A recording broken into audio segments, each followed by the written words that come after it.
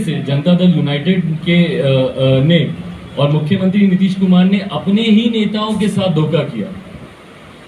अपने ही नेताओं के साथ धोखा कर उन्होंने जिस तरीके से पशुपति कुमार पारस जी के नाम को ज्यादा प्राथमिकता दी, सिर्फ अपनी व्यक्तिगत रंजिश निकालने के लिए। क्योंकि चिराग पासवान ने भैया आपको विधानसभा के चुनाव में आपको नुकसान पहुंचाया, आपको तीसरे नंबर की पार्टी मंत्री बनने का आपको लालच था, मंत्री बनने की आपको लालसा थी, जिसकी वजह से आपने न सिर्फ पार्टी तोड़ी बल्कि अपने परिवार को भी तोड़ने का काम किया। मैं चाचा पशुपति कुमार पारस जी की मैं बात कर रहा हूँ। अपनी आपसी रंजिश को मिटाने के लिए या यूं कहें कि मुझसे बदला लेने के लिए मुख्यमंत्री नीतीश कुमार ने अपने ही नेताओं के साथ, अपनी ही पार्टी के साथ धोखाबाजी की है, दगाबाजी की है। ये कहना है चिराग पासवान का। दरअसल पशुपति पारस को जैसे ही केंद्र के कैबिनेट में जगह मिलती है, उसके बाद चिराग पासवान का गुस्सा फूट पड़ता है। बाकायदा प्रेस कॉन्फ्रेंस कर उन्होंने कई तरह की बातें कही और इसी दौरान मुख्यमंत्री नीतीश कुमार पर भी हमलावर दिखाई दिए और हमलावर रुख अख्तियार करते हुए लगातार उन्होंने इस बात की चर्चा की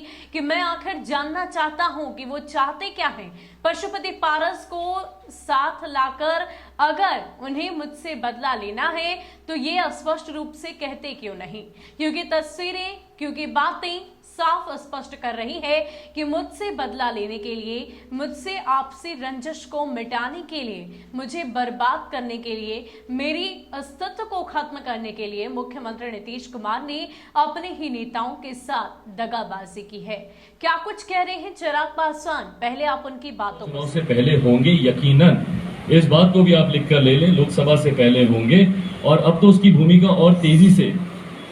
बनेगी। जिस तरीके से जनता दल यूनाइटेड के ने और मुख्यमंत्री नीतीश कुमार ने अपने ही नेताओं के साथ धोखा किया, अपने ही नेताओं के साथ धोखा कर उन्होंने जिस तरीके से पशुपति कुमार पारस जी के नाम को ज्यादा प्राथमिकता दी, सिर्फ अपनी व्यक्तिगत रंजिश निकालने के लिए। क्योंकि चिराग पासवान ने भैया आपको विधानसभा के चुनाव में आपको नुकसान पहुंचाया, आपको तीसरे नंबर की पार्टी बनाया। आपको बता दें कि बिहार में जिस तरीके से कैबिनेट विस्तार को लेकर चर्चाएं चरम पर हो रही थी, उस दौरान कई तरह की बातें भी की जा रही थी। खास करके नामों की बात करें, जेडीयू से ललन सिंह, सुशील कुमार मोदी भाजपा से, संजय जायसवाल भाजपा से, इधर आरसीपी सिंह और संतोष कुशवाहा जैसे नाम बिहार के सियासी गलियारों से केंद्र के कैबिनेट में शामिल होने के लिए चर्चा में थे, लेकिन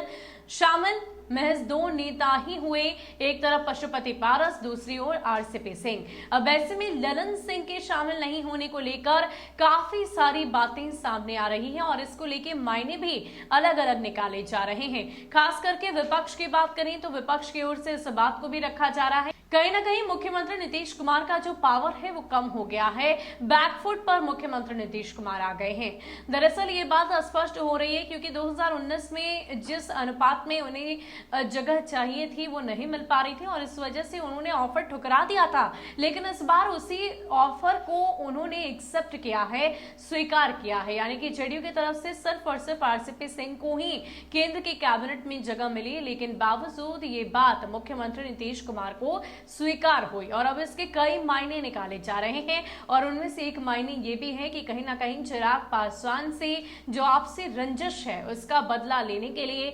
मुख्यमंत्री नीतीश कुमार ने पशुपति पारस का नाम मोदी कैबिनेट में शामिल होने के लिए सामने रखा और यही वजह है कि पशुपति पारस को केंद्र के कैबिनेट में शामिल किया गया। इतना ही नहीं, ये भी कहा जा रहा है कि भले ही प्रत्यक्ष रूप से जेडीयू की तरफ से सिर्फ और सिर्फ आरसीपी सिंह ही हो, लेकिन अप्रत्यक्ष रूप से जेडीयू की तरफ से दो नेता शामिल किए गए हैं। कहीं ना कहीं राजनीतिक जानकार इस बात की भी चर्चा कर रहे हैं कि भले ही प्रत्यक्ष रूप से जेडीयू की तरफ से एक ही नेता हो, लेकिन आने वाले वक्त में पशुपति पारस जेडीयू का दामन थाम लेंगे और यही वजह बताई जा रही है कि जब आगे ये तस्वीर और भी ज्यादा साफ होती जाएगी, वैसे वैसे ये बात स्पष्ट हो जाएगी कि जेडीयू की तरफ से दो लोगों को केंद्र की कैबिनेट में शामिल किया गया है। लेकिन इन सब के बीच चिराग पासवान की बात करें तो चिराग पासवान लगातार अपने गुस्से का इजहार कर रहे हैं। अपने चाचा को लेकर जो भी उनके मन के भीतर भड़ास है वो निकाली जा रही है। लगातार मीडिया के सामने जाकर उन्होंने इस बात की चर्चा की है कि आखिर यही तो वजह थी, यही तो लालसा थी जिसकी वजह से पशुपति पारस ने मेरे साथ धोखा किया, मुझे अपने ही घर से बेदखल कर दिया गया और रामविलास पासवान की जो विरासत थी वो सब कुछ उन्हें ही तो संभालना था, लेकिन बावजूद अपनी इस लालसा की वजह से उन्होंने सब कुछ खत्म कर दिया। और इन सब के बीच मुख्यमंत्री नीतीश कुमार के ऊपर चिराग पासवान का एक बार फिर से बड़ा बयान। फिलहाल के लिए इतना ही, ज्यादा अपडेट के लिए आप बने रहे न्यूज़ वन नेशन के साथ।